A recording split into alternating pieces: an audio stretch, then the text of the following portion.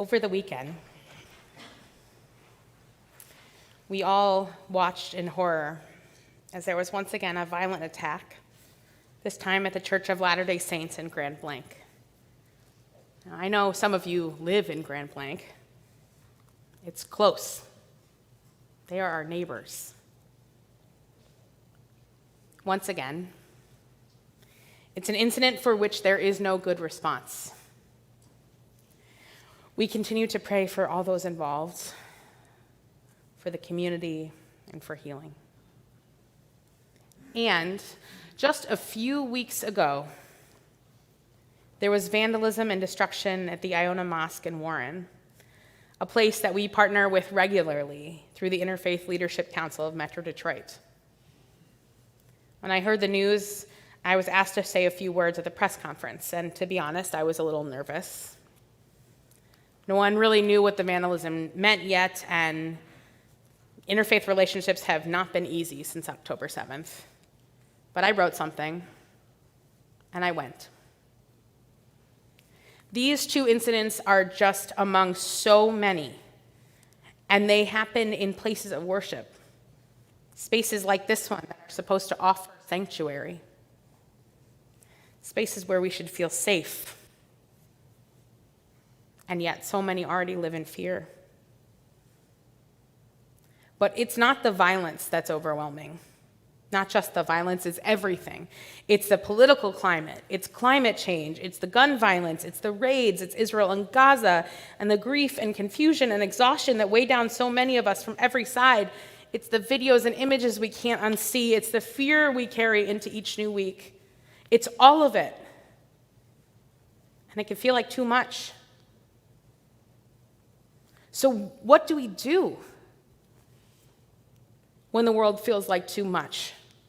How do we respond, especially on this holiest day, when I don't want to be too political and at the same time I can't ignore the reality that we're living in? Are you feeling overwhelmed? I am.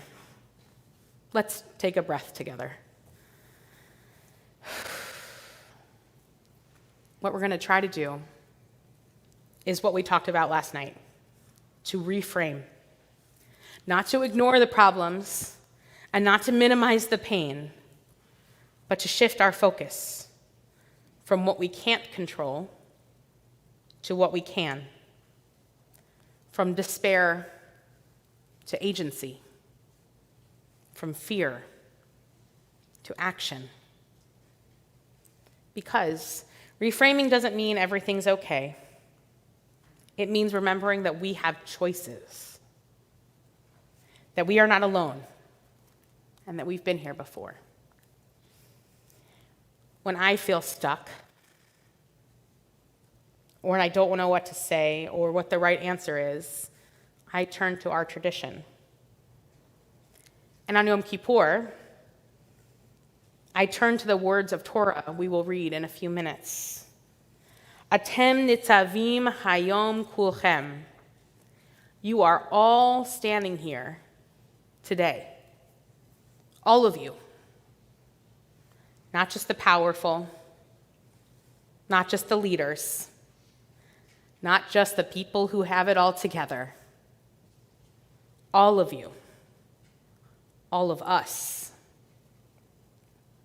And then the Torah continues. You are standing here today to enter a covenant with Adonai your God, and not with you alone am I making this covenant, but also with those who are not here today. This covenant is communal. It's generational. It's not made in private. It's not made in silence. We enter it together across time and space, holding each other up. The choice is not between faith and despair. It is between isolation and solidarity, between silence and action, between numbness and noticing. Many of you, like me, grew up with the old Reform prayer book. There's a line in the Gates of Repentance, that red book, that I think about every year. It turns out it's a line from Maimonides. For transgressions between a person and God, Yom Kippur atones. But for transgressions between one person and another, Yom Kippur does not atone until they seek forgiveness from each other. In other words, God can't fix how we treat one another. Only we can do that. And Isaiah, the prophet we will read a little later this morning, takes it even further. Don't come to me with fasting and sackcloth while you oppress your workers, says Isaiah. Don't call this a fast if you ignore injustice. If you want to return to God, set the oppressed free. Feed the hungry. And then your light will break with the dawn. That's what holiness looks like. It's not individual, it's collective. It's not about being perfect. It's about showing up again and again for each other. And I see holiness in this community all the time. When tragedy struck the Bebout family, we were all stunned and heartbroken, and this congregation showed up. I remember the emails and the texts and the phone calls from so many of you asking, what can we do? How can we help? People brought meals, they offered rides, they held space. And it wasn't just then, it's not just when a big tragedy strikes, it's also every other moment. When someone gets a diagnosis or loses a loved one, we show up with soup and hugs and phone calls and text messages. We rally for each other, not because we're told to, but because we are each other's people. That's covenant. That is community. That's what it means to be a holy people. A few Shabbats ago, I shared that Congregation Or Shalom in Vernon Hills, Illinois, was vandalized. Rabbi Sarah Rosenbaum-Jones, my dear friend, who some of you may have met when the WRN, the Women's Rabbinic Network, was here with 100 women rabbis in May. She asked us to send a letter of support to the community so they could put the messages on the walls at the Oneg for people to read and feel cared for. 500 people showed up to that Shabbat evening. The imam came, a person with whom it has been difficult to connect since the 7th of October. 20 pastors came. People of all faith from all walks of life showed up for that community.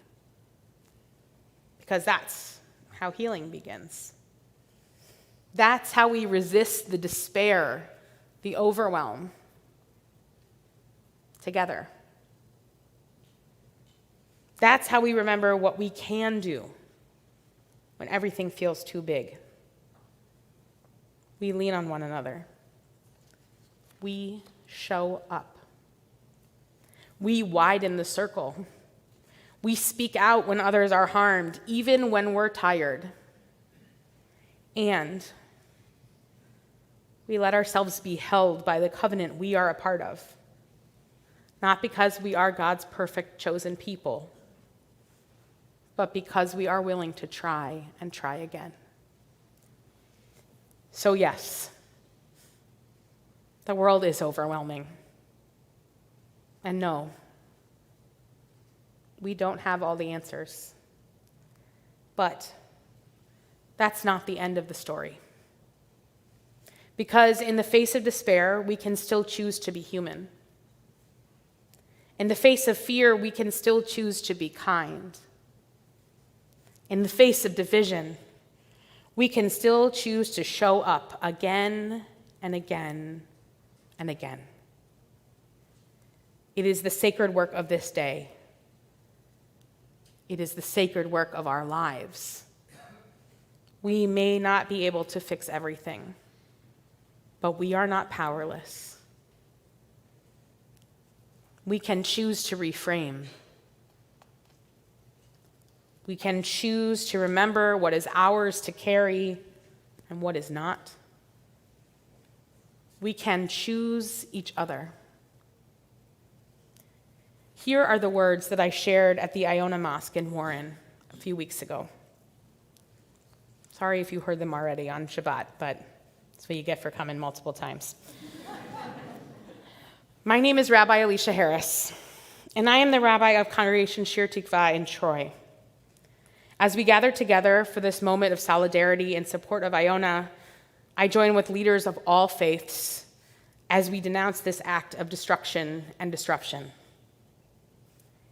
We will never stand by in silence when a religious institution is attacked. It is never okay to make a holy space a violent one. The Torah teaches us that sacred spaces are meant to be a physical representation of God's presence. While we know we can connect to the Holy One anywhere and everywhere, the Torah says, "V'asuli mikdash, v'shachanti b'tocham." Let them make me a sanctuary, that I might dwell among them. Our houses of worship are sacred places where we go to feel connected to our community, to the divine, to our ancestors and our history. Acts like this are supposed to make us feel like our sacred spaces are not safe. But you are our brothers and sisters, our siblings, our neighbors, and friends. We care for each other and show up for each other, and we insist today that no one's place of worship will suffer such despicable treatment. These destructive acts will not drive us to despair or drive us apart, but remind us that we have each other to lean on during difficult moments. When the world is too much, that is not the moment to turn away. That is the moment to turn toward one another. That is covenant. That is holiness. That is what saves us. Atem nitzavim hayom kulchem. You are all standing here today. Not just once long ago, but right now. Still here. Still standing. Still choosing this life. And choosing one another. Gmar Chatima Tova. May it be a year full of meaning for all of us.